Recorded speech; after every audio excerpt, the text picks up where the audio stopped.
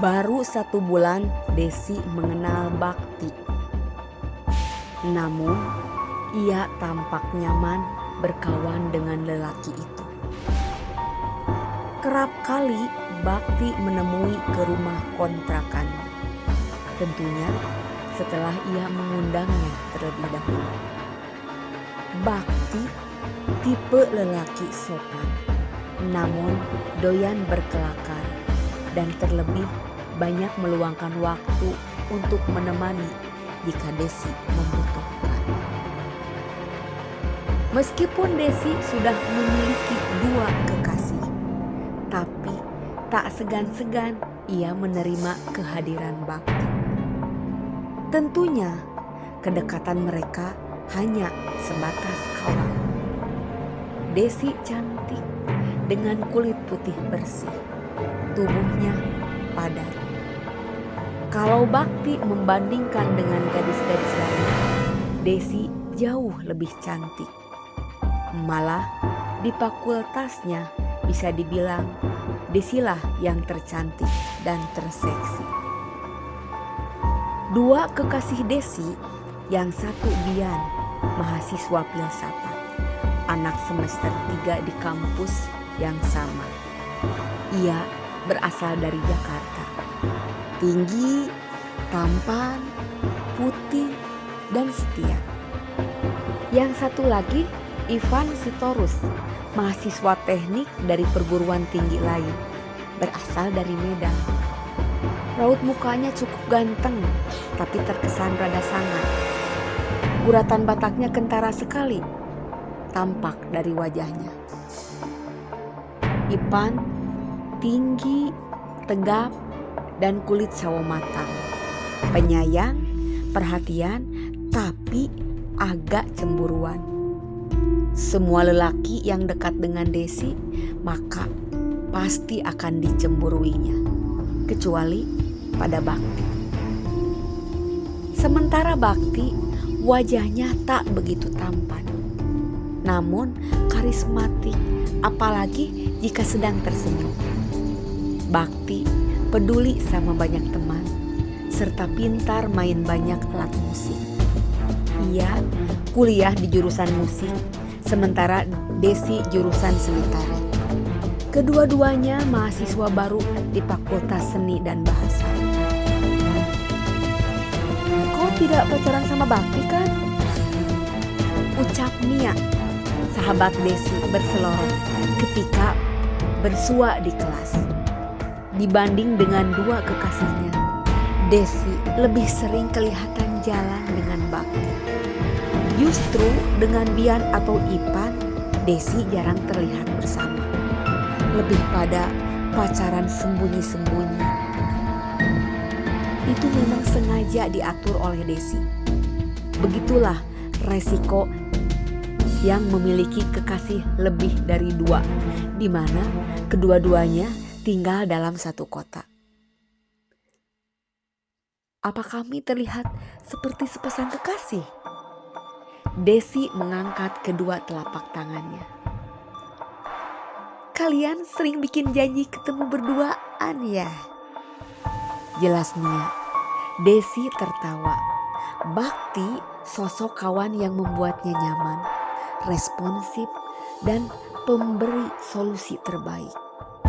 Jika teman-teman lain berasosiasi negatif pada Desi karena memiliki 2 kekasih,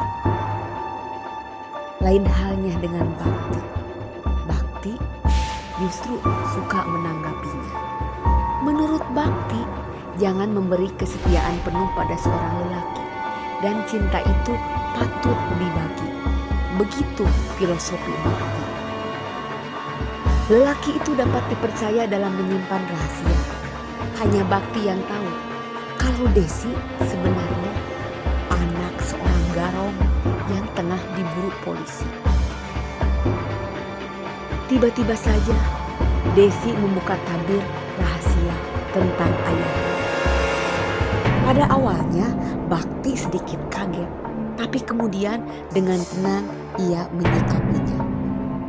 Menurutnya semua orang punya profesi untuk menafkahi keluarganya. Garong mungkin profesi yang dipilih ayah Desi. Dan setiap pilihan profesi kita wajib menghargainya. Begitu menurut Bakti. Jadi kau tidak keberatan berteman denganku setelah tahu kalau ayahku garong? Tanya Desi ingin meyakinkan ketidakberatan Bakti. Lagi-lagi Bakti menggeleng. Bebannya yang menghimpit selama ini sedikit ringan setelah Desi menumpahkan pada orang yang tepat. Jika ada teman yang tahu akan hal itu, sudah pasti Desi akan dicibir, dikucilkan, dan mungkin saja dikeluarkan dari tempatnya mencari ilmu. Desi pandai mengatur jadwal kunjungan dua kekasihnya agar tak datang bersamaan. Semua dijalani aman-aman saja. Lalu jika ia suntuk sendirian di rumah kos, segera diteleponlah Bakti untuk menemaninya. Bakti sedang tidak punya kekasih. Konon cintanya kandas sebulan sebelum dekat dengan Desi. Gadis yang bernama Indah, gadis cantik mungil berjilbab, memutuskan sepihak hubungan asmaranya dengan Bakti. Alasan yang sangat menyakitkan hatinya sebagai seorang lelaki yang sangat menjaga kesetiaan pada kekasihnya. Indah dijodohkan dengan lelaki mapan pilihan orang tuanya. Bakti sangat benci ingat ayah Indah yang tak pernah merestui hubungan dengan anaknya hanya karena Bakti masih kuliah dan belum memiliki penghidupan yang layak. Pukul 8 malam Kamis, Bakti tiba di rumah kos Desi. Desi menyambutnya dan mereka berdua ngobrol di ruang tamu. Tak seperti mahasiswa pendatang lainnya, tempat kos Desi bukan hanya sebuah kamar yang di dalamnya hanya tempat tidur, lemari pakaian, dan meja belajar dengan ukuran kamar yang tak luas. Desi menyewa sebuah rumah mungil, tentunya dengan biaya sewa per bulan cukup mahal untuk ukuran mahasiswa. Selain sebuah kamar yang luas, juga memiliki ruang tamu yang luasnya 2 kali lipat dari luas kamar. Ditambah ruang dapur dan kamar mandi. Perabotan yang memadai membuat banyak teman yang suka berkunjung karena nyaman. Namun, Desi bukan tipikal yang terbuka menerima kunjungan teman. Tentulah datangnya harus sesuai janji. Tampak kilatan api dendam di mata Bakti setiap kali menyebut nama Indah. Hingga di ujung pembicaraan, Bakti meminta Desi untuk menemaninya menghadiri undangan Indah yang 3 hari lagi akan melangsungkan pernikahan dengan lelaki pilihan orang tuanya. Desi menyepakatinya.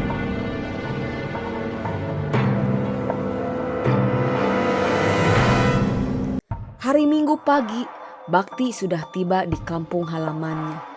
Didampingi Desi yang penampilannya sangat mempesona seperti selebritis. Bakti menggamit mesra lengan Desi lalu menghampiri kedua mempelai. Indah seketika terkesiap, tak menyangka Bakti berani datang dengan membawa gadis lain di saat Indah sempat berpikir jika Bakti masih mencintai dirinya. Bakti dengan bangga memperkenalkan pada Indah kalau Desi itu kekasihnya. Suaranya sedikit dikeraskan agar mempelai pria mendengarnya. Meskipun lelaki yang telah mengambil Indah darinya tidak kenal pada Bakti dan tak pernah tahu ada hubungan khusus antara Indah dengan Bakti. Bakti sangat puas melihat raut muka Indah yang kaget dan sinar cemburu yang tak dapat disembunyikan dari mata gadis itu. Apalagi gadis yang diperkenalkan sebagai kekasihnya jauh lebih cantik dari Indah. Berkali-kali Bakti mengucapkan terima kasih pada Desi. Ia berhasil menunjukkan pada mantan kekasihnya kalau dirinya bukan lelaki lemah. Sudahlah, tak usah berlebihan. Kita kan sahabat. Sudah seharusnya saling membantu. Desi tersenyum. Mereka dalam perjalanan pulang bersama menuju kota dengan naik bis.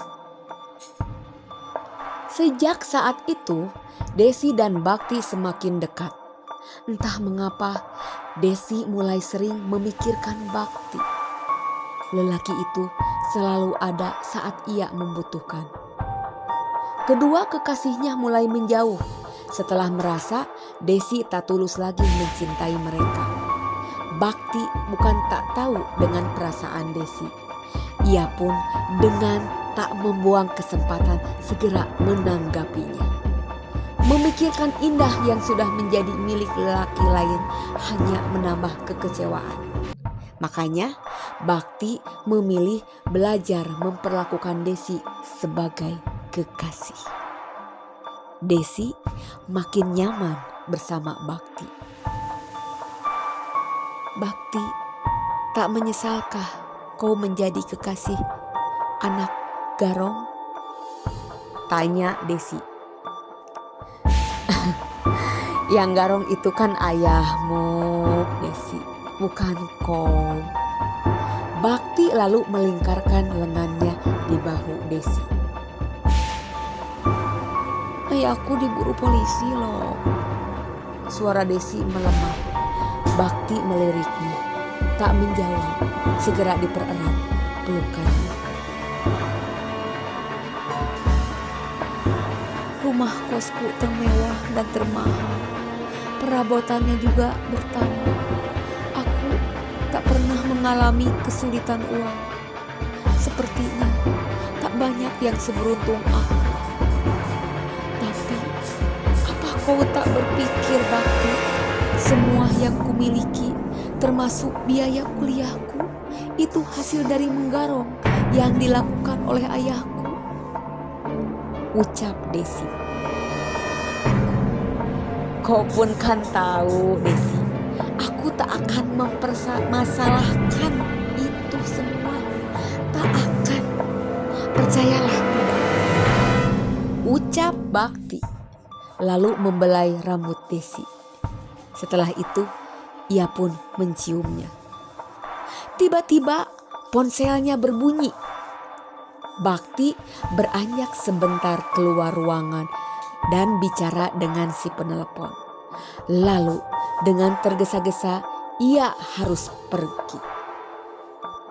Seperti biasa, setiap pukul 10 malam ada yang mesti dikerjakannya.